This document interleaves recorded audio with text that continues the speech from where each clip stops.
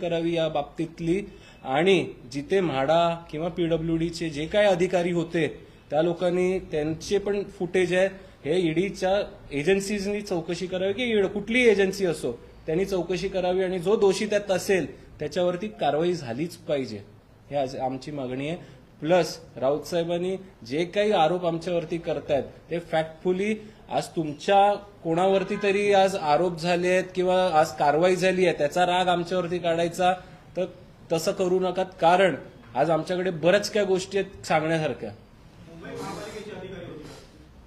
PWD MHADA Covid काळात अनेक आरोप कोविड काळात अनेक भ्रष्टाचार तुम्ही केले त्यामुळे तुम्ही शिंदे गटामध्ये गेलेत असं देखील राहत. आम्ही मगाशी पण आता बोललो की कुठलीही पब्लिक प्रोफाईल पोर्टल काढा. आज कुठलीही एजन्सीज ही पब्लिक आहे, मग ईडी असो, ईओडब्ल्यू असो, अँटी करप्शन असो की कुठलीही इतर एजन्सीज असो.